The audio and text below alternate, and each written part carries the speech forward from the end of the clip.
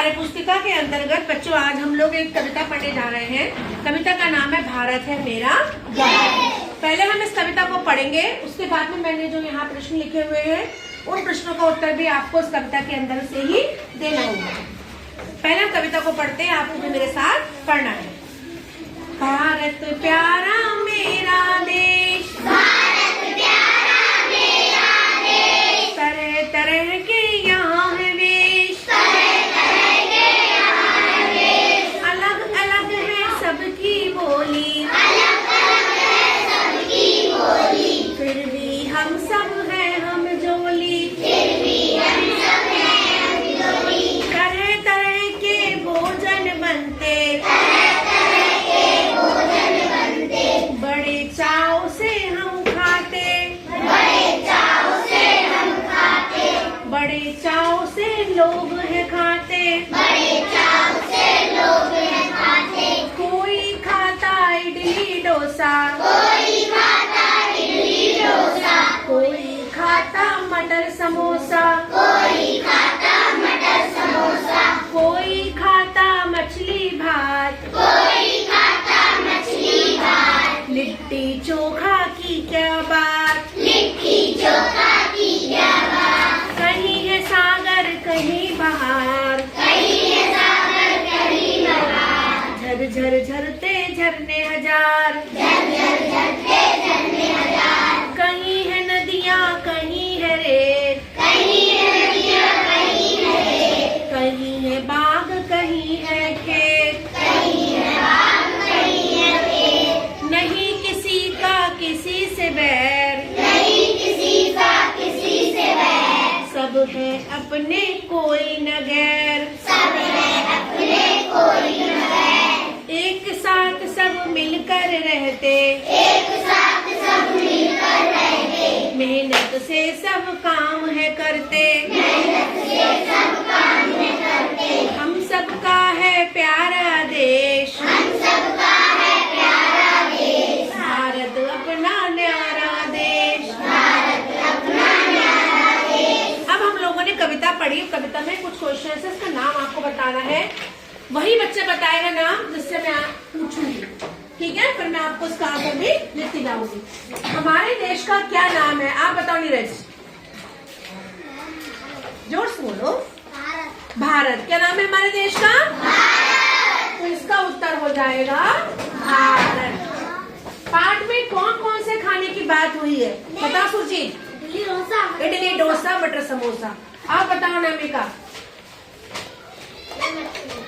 मछली भात। आप बताओ? लिट्टी चोखा। लिट्टी चोखा। शाबाश। चार खाने की बात हुई है। देखो पहला है इडली डोसा, इडली डोसा। दूसरा है मटर समोसा। तीसरा है मछली भात। मछली भात। और फिर है लिट्टी चोखा। लिट्टी चोखा। अपने देश की कोई खास बात बताओ जो आपने देखा कि यहाँ पर कुछ खास हो रहा था, वो क्या था? कौन बताएगा? आप बताओ अर्चना। हमारे देश में अलग अलग सबकी बोली है। अलग अलग सबकी बोली है और अलग अलग सब लोग वेश पहनते हैं, सब लोग अलग अलग खाना खाते हैं, अलग अलग धर्मों के लोग हैं, है ना? अलग अलग प्रकार के त्योहार मनाते हैं, लेकिन फिर भी एक खास बात है कि हम सब मिलकर रहते हैं। ये तो खास बात है, तो उसको हम एक लाइन में क्या लिखेंगे? विविधता में एकता। क्या लिखेंगे एक लाइन में? विविधता में एकता। इसका मतलब ये है कि यहाँ पर अलग अलग भाषाएं हैं, अलग अलग धर्म हैं, अलग अलग कपड़े पहनते हैं, अलग भोजन करते हैं, अलग त्योहार मनाते हैं, फिर भी हम सब कौन है? एक है। हमारे देश में कौन कौन सी फसलें उगाई जाती है? आप बताओ उत्कर्ष। धान। चलो आप बताओ भाई, बताओ खड़े हो। कौन कौन सी फसल? गेहूं। धान हो गई, गेहूं हो गई। आप बताओ नामिका? चावल धान तो बेटा एक ही बात होती है। आप बताओ? बाजरा। और बताइए? मक्का। आप बताओ? प्याज। धान, बाजरा, मक्का, चना, ज्वार, सरसों, आलू, है ना। अनाज भी हमारे यहाँ बहुत प्रकार के होते हैं और फल सब्जियां भी हमारे यहाँ बहुत सारी होती है।